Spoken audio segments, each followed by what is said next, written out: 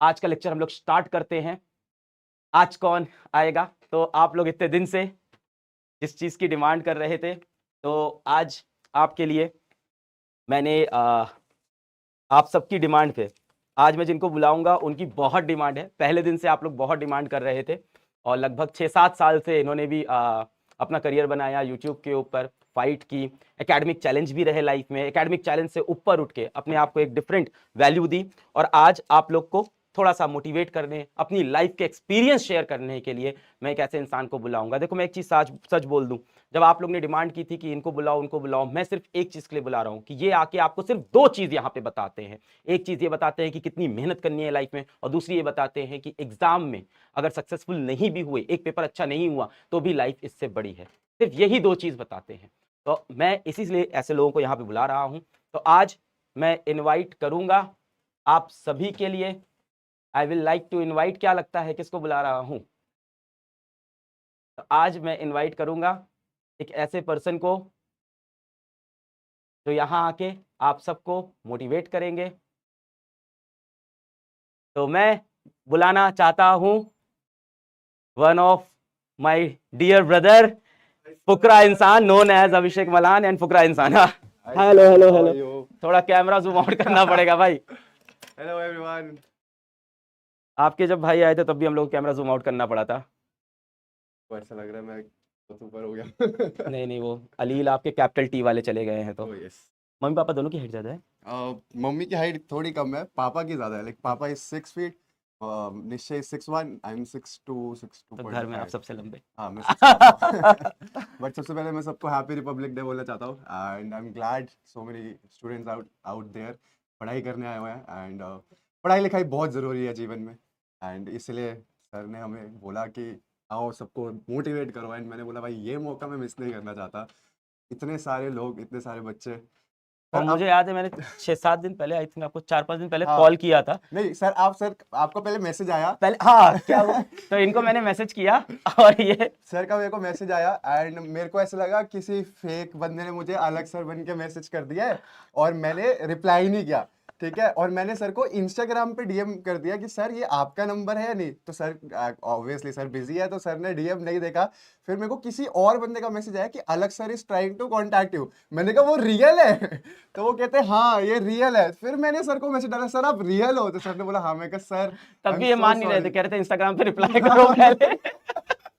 मैं कहा sir Insta पे आप मुझे रिप्लाई करो ताकि मैं एक बार विश्वास हो जाए कि आप ही मुझे मैसेज करो। बिकॉज ऑब्वियसली सर मैं आपको बताऊं, मैं बहुत साल मतलब जब मेरी जर्नी चालू हुई थी तब से आपके मीम्स पे रिएक्ट कर रहा हूं एंड मुझे ऐसा आपको मैंने आपको हमेशा टीच ऐसे पढ़ाते हुए देखा। फिर एक दिन आपने मुझे बोला कि भाई वाह यार, यहाँ आओ मैं आपकी लाइफ पे हूँ। नहीं यार, मतलब thank you so much I भाई। एम वेरी ग्लैड आपने मुझे अपॉर्चुनिटी दी। नहीं, बहुत धन्यवाद, आप आए, इन बच्चों के लिए आए यार, बहुत अच्छी चीज। क्या बोलने चाहेंगे? 10th के बच्चे हैं, 20-25 दिन बाद इनके बोर्ड एग्जाम्स हैं, यस क्या सर, बोलना चाहोगे आप? मुझे ऐसा लगता है देखो सबसे इंपॉर्टेंट चीज है लाइफ में वो है मेहनत करना। तुम मेहनत करते रहो, कभी मेहनत से मतलब पीछे मत भागना। मतलब मुझे ऐसा लगता है मैं भी लाइफ में मैंने बहुत मेहनत करी है एंड बहुत लोगों ने मेरे को ऐसे बोला कि शायद तेरे में टैलेंट नहीं है, तेरे में टैलेंट नहीं है। मुझे लगता है कि टैलेंट से इंपॉर्टेंट है हार्ड वर्क। वाह भाई, क्या बात बोली यार। और सर ये मतलब सच बात है, people can call me talented but they should always remember कि I will be the hardest worker in the room. तो ये मैं सबको समझाना चाहता हूँ कि जितने भी 9-10th के बच्चे, 11-12th के बच्चे हैं, वो हार्ड वर्क से भाई पीछे मत हटो। क्योंकि हम अपना 100% देते हैं और ऐसा होता है सर कि बहुत बार हम अपना 100% देते हैं बट वी फेल।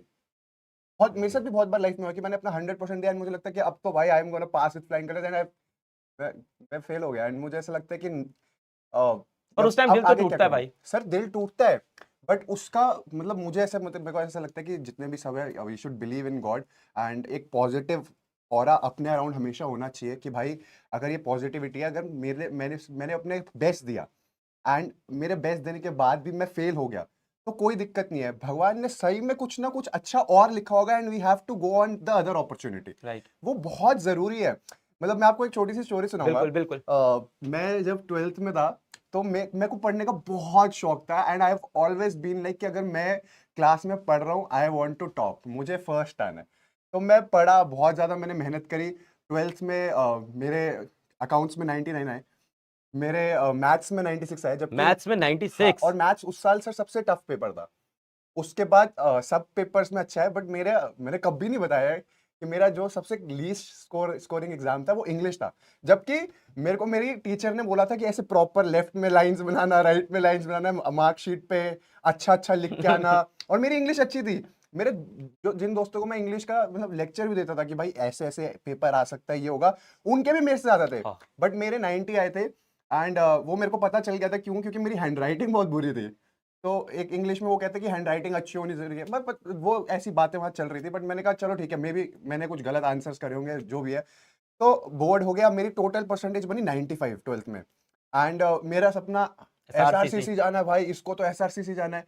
और अब एसआरसीसी गया, नहीं मिला। क्योंकि एसआरसीसी में तो 97 98 ऐसी परसेंटेजेस चाहिए थे। अब मेरे आगे 95। अब मैं बहुत मतलब मैं बहुत परेशान। मैंने मम्मी पापा को बोल रखा था, मम्मी पापा मैं एसआरसीसी जाऊंगा, एसआरसीसी एसआरसीसी के लिए जाऊंगा। 99 97 98 तो सर मिनिमम है। राइट। एंड मैं बहुत सर बहुत डिप्रेस हो गया था।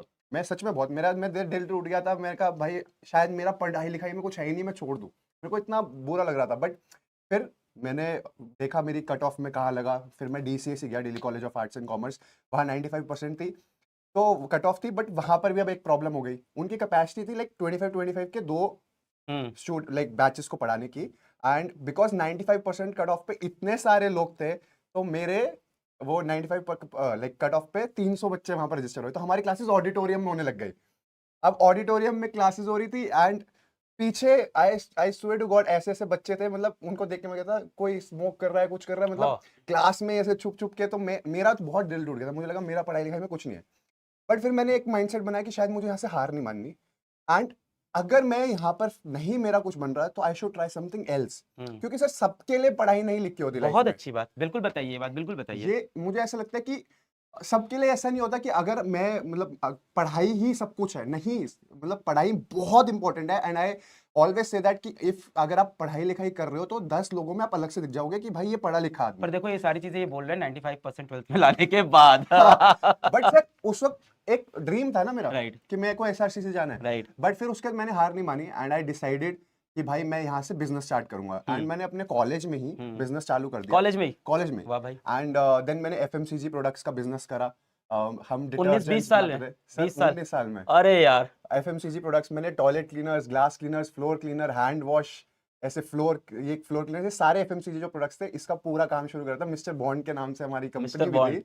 And we were doing really good. हमने पहले साल में 6 करोड़ का टर्नओवर करा था। भाई साहब। क्योंकि वो हमें पता चल गया था कैसे बेचना है, क्या करना है। मैं मेहनत करता गया। फिर कोविड का टाइम आया, बिजनेस थोड़ा कम होने लगा, चीजें कोविड के टाइम कैसी थी। तो तब मुझे लगा कि शायद मेरे लिए भगवान ने इससे भी अच्छा कुछ लिखा हुआ है। तो मैंने थोड़ा उस टाइम भी दुख हुआ था, अचानक से कोविड आया, सब कुछ। कोविड आने पे मेरे हिसाब से तो सारे बिजनेसमैन थोड़े परेशान ही थे, सबका लाइफ ठीक हुआ था। बट प्रॉब्लम क्या था मेरे को ना, ये था कि हार्ड वर्क करो।